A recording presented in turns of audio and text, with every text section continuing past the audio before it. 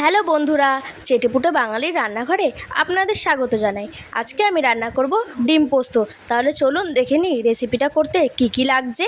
প্রথমে আমি এখানে নিয়ে নিয়েছি পোস্ত বাটা, তারপরে আছে টমেটো পেস্ট, তারপরে এখানে নিয়ে নিয়েছি 4টে ডিম, আর এদিকে রয়েছে আদা কুচি, রসুন কুচি, আর এদিকে পেঁয়াজ বাটা। তাহলে চলুন ঝটপট দেখে নিই রেসিপিটা। এই যে কড়াইতে আমি জল বসিয়ে দিয়েছি, এবার এই জলে আমি সুন্দর করে 4টে ডিম ছেড়ে দেব, আর এই ডিমগুলো সুন্দর করে জলে সাঁতার কাটবে। আমি এখন এই ডিমগুলো প্রায় 10 মিনিট মতো সেদ্ধ করব। তারপরে এই ডিমগুলো একটু খুলে দেখলাম এদিকটা মোটামুটি হয়ে এসছে, কিন্তু তারপরে একটু নাড়াচাড়া দিয়ে অপর পিঠটা উল্টে দিলাম, না হলে এক সাইডে সেদ্ধ হবে আর এক সাইড হবে না। তো এটাকেও প্রায় 5 মিনিট মতো ঢাকা দিয়ে দিলাম, আর এই যে মোটামুটি আমাদের ডিম পুরো সেদ্ধ হয়ে গেছে। এরপরে আমি এই ডিমগুলো একে একে তুলে নেব। আর কালকে আমাদের বাড়িতে একটা ছোট্ট পুচকি এসছে, তো সেই পুচকি আবার ডিম খেতে খুব ভালোবাসে। এবার আমার কাছে আবদার করলো যে ও নাকি আমার হাতের ডিম রান্না খেতে চায়। তো সেই কারণে আমি আজকে একটু স্পেশালভাবে এই ডিমটাকে ওকে রান্না করে দেব, দেখি ও খেয়ে কি বলে। তো এই যে আমি এখন ডিম সেদ্ধ করার পরে এখানে আমি ঝড়ের গতিতে ডিমগুলো ছুলে নিচ্ছি। আসলে ভিডিওতে যেমন দেখাচ্ছে ঝড়ের গতিতে ছুলছি, তেমন আসলে নয়। ডিমগুলো প্রচণ্ড গরম ছিল আর আমার ছুলতে একটু অসুবিধাই হচ্ছিল। আর এই যে ছুলতে ছুলতে একটা ডিমের তো কুসুমি বার করে নিয়েছি। তো যাই হোক, এখানে আমার মোটামুটি 4টে ডিম সুন্দর করে ছোলা হয়ে গেছে। আর এই যে দেখুন 4টে ডিম কি সুন্দর লাগছে, চকচক করছে ডিমগুলো। তারপরে আমি একটা ছুরির সাহায্যে এই ডিমগুলো কেটে নেব। অনেকে কি করে, অনেকে ওই দড়ি দিয়েও কাটে, যার যেরকম ইচ্ছা। আমার ছুরিতেই বেশি ভালো লাগে, তো সেই কারণে আমি ছুরি দিয়ে কেটে নিলাম। তারপরে ওই কড়াইতে আমি তেল দিয়ে দিলাম আর একটু হলুদ ছিটিয়ে দিলাম, তাহলে কি ডিমটা যখন ভাজবো বেশ ভালো একটা কালার আসবে। তারপরে এই যে একে একে ডিমগুলোকে সুন্দর করে ছেড়ে দেব। আসলে অনেকে কি করে, নুন হলুদ দিয়ে আগে মাখিয়ে রাখে। আমি নুন হলুদ দিয়ে মাখাতে গেলে না আমার ডিমগুলো না বেশিরভাগই ভেঙে যায়, তাই কড়াইতে একটু হলুদ ছিটিয়ে দিচ্ছি, ব্যাস। এবার সুন্দর করে ডিমগুলো ওই হলুদের সাথে লেগে লেগে যাবে আর ভীষণ সুন্দর একটা কালার আসবে। তবে কি ডিমগুলো বেশি কড়া করে ভাজবো না, ও আবার কড়া ডিম ভাজা বেশি ভালো খায় না। ও বলেছে যেন ডিমগুলো সুন্দর হয় তাহলেই হবে। এবার তো সেই কারণে ও যখন বলেছে তাহলে তো রান্না করতেই হয় সুন্দর করে। তাই এই যে দেখুন ডিমগুলো এবার এক সাইড হয়ে গেছে, আরেক সাইড আমি ওলটপালট করে ভেজে নিচ্ছি। আসলে এই পুচকিটা আসলেই ওর কোনো কিছু না, ওর কোনো বায়না নেই। বাচ্চা মানুষ তো, ও শুধু ডিম খেতেই পছন্দ করে, ভাত ডাল আর ডিম, আর কিচ্ছু না। তবে আমার না এই ডিম সেদ্ধ আবার অত ভালো লাগে না, আর এই ডিমের ঝোলও অতটাও বেশ ভালো লাগে না।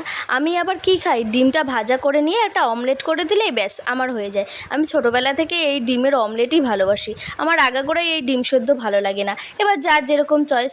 তবে কি ও যদি আমাদের বাড়িতে আসে তো সব সময় ও বলবে যে আমাকে এই ডিমের একটা তরকারি বানিয়ে দাও, ও ডিমের তরকারি দিয়ে ভাত খেয়ে নেবে। তো এই যে মোটামুটি আমার ডিমগুলো ভাজা হয়ে গেছে, এরপরে আমি একে একে ডিমগুলো তুলে নেব। আর ডিমের কালারটা কিন্তু আমার ভীষণ ভালো লাগছে। ডিম যতই না খাই, এই যে কালারটা রয়েছে না, ভীষণ দেখতে ভালো লাগছে। তবে কি ইচ্ছা করে মাঝে মাঝে খেতে, আবার কেমন জানি নাকে আমার একটা গন্ধ লাগে, তো সেই কারণে আমার তো আর ভালো লাগে না। তো এই যে সব কটা ডিম আমি একে একে তুলে নিয়েছি, একটু ফটোশ্যুটও করে নিলাম। তো যাই হোক, ডিম তোলার পরে ওই তেলেই একটু বেশি করে সাদা তেল দিয়ে দিলাম। তারপরে দিয়ে দেব গোটা জিরে দিয়ে ভালো করে জিরেটাকে একটু ভাজা ভাজা করে নেব। তারপর দিয়ে দেব পেঁয়াজ বাটাটা এতটা ছিটকে আসছিল কি বলবো। তো এই যে মোটামুটি আমি পেঁয়াজটা দিয়ে দিয়েছি। এখানে আমি অনেকগুলো পেঁয়াজ নিয়েছিলাম, প্রায় 6 থেকে 7 পিস পেঁয়াজ ব্যবহার করেছি। তারপরে এই পেঁয়াজের সাথে দিয়ে দেব রসুন বাটা। তো এই যে রসুন বাটা, পেঁয়াজ বাটা, আর সাথে দিয়ে দেব আদা বাটা। এবার একে একে মোটামুটি সব কিছুই দিয়ে দেব। তারপরে দিয়ে দেব গোটা কাঁচা লঙ্কা। এখানে আমি 6 থেকে 7খানা গোটা কাঁচা লঙ্কা ব্যবহার করছি, যেহেতু বাচ্চা মেয়ে খাবে তো সেই কারণে অল্পই দিলাম। আর এই লঙ্কাগুলোতে বেশি ঝাল না, দেখতেই ওরকম। তারপরে দিয়ে দেব টমেটোর পেস্ট। এখানে আমি 2টো টমেটোর পেস্ট নিয়ে নিয়েছি, আপনারা চাইলে আরও বেশি দিতে পারেন। আসলে টমেটোটা দিলে কি হবে, বেশ সুন্দর কালার আসে, তো সেই কারণে টমেটোটা দেওয়া। তারপরে দিয়ে দেব 1 চামচ হলুদ গুঁড়ো, আর সাথে দিয়ে দেব 1 চামচ জিরের গুঁড়ো, আর দিয়ে দেব স্বাদ মতো নুন। এখানে আমি 1.5 চামচ নুন ব্যবহার করছি। তারপরে দিয়ে দেব সামান্য জল। এই যে মোটামুটি আমার সব কিছু মশলা দিয়ে দেওয়া হয়েছে। এরপরে আমি এই মশলাটাকে ভালো করে ঘুরিয়ে ঘুরিয়ে একদম কষিয়ে নেব। এই মশলাটা যত কষবে ওই রান্নাটাও কিন্তু তত টেস্টি হবে। এটা বেশ মাংসর তরকারির মতো। অবশ্য ডিম আর মাংসর মধ্যে কোনো পার্থক্য থাকে না যদি ভালো মতো রান্না করা যায়। তো এই যে মোটামুটি আমার এই যে এই মশলাটা হয়ে গেছে, এই মশলাটা একটু কষতে থাকুক, মানে ভাজা ভাজা হোক, যতক্ষণ না এই মশলাটা বেশ কালার আসছে আর সুন্দর করে তেল ছাড়ছে ততক্ষণ একটু নাড়েচড়ে ঘুরিয়ে নেব। তো এই যে মোটামুটি আমার মশলাটার কালার চলে এসেছে, তারপরে একটুখানি দিয়ে দিলাম লঙ্কার গুঁড়ো। এই লঙ্কার গুঁড়োটা দিলাম কালারটা সুন্দর হওয়ার জন্য, আর একটু ঝাল ঝাল মনে হচ্ছিলো যে কম হয়েছে তাই একটু দিয়ে দিলাম। আবার বেশি ঝালও দিইনি, কম ঝালও দিইনি, মিডিয়াম রেখেছি। তো এখানে এই যে দেখুন মশলাটার কালারটা কত সুন্দর লাগছে। তারপরে আমি দিয়ে দেব পরিমাণ মতো জল। যেহেতু এই তরকারিটা একটু কষা কষা রাখবো, মানে গামাখা, তাই অল্প পরিমাণে জল দিয়েছি। প্রায় আমি এখানে 1.5 কাপ জল দিয়েছি। তারপরে এই তরকারিটা প্রায় 10 মিনিট মতো আমি ফুটতে দেবো। তো 10 মিনিট হওয়ার পরে দেখুন এই তরকারিটা কত সুন্দর ফুটছে। আর যেহেতু বললাম না আগেই যে এই ঝোলটাকে আমি একটু বেশি করে কষাবো, কারণ এখনও এই ঝোলটা বেশ পাতলাই আছে। ঝোলটা যতক্ষণ না টানছে ততক্ষণ ভালো করে ফুটিয়ে নেব। তারপরে আমি এই ঝোলটার ওপরে একে একে ছেড়ে দেবো ওই ভেজে রাখা ডিমগুলো। আর ডিমগুলো কিন্তু একদম আলতো আলতো করে ছাড়বেন, না হলে কিন্তু ডিমগুলো ছাড়ার সময় ভেঙে যাওয়ার চান্স থাকে। তবে কি এই ডিমগুলো যখন ঝোলে দিয়ে দেবো তারপরে না বেশি নাড়াচাড়া করব না, বেশি নাড়াচাড়া করলেই এই ডিমগুলো ভেঙে যাওয়ার চান্স থাকবে। তাই এই যে মোটামুটি আমার ডিমগুলো দেওয়া হয়ে গেছে, এরপরে অল্প একটু জাস্ট নাড়া দিয়ে দেবো। নাড়া দেওয়ার পরে প্রায় 5 মিনিট মতো ঢাকা দিয়ে রাখবো, যতক্ষণ না এই ঝোলটা ভালো করে টেনে আসছে।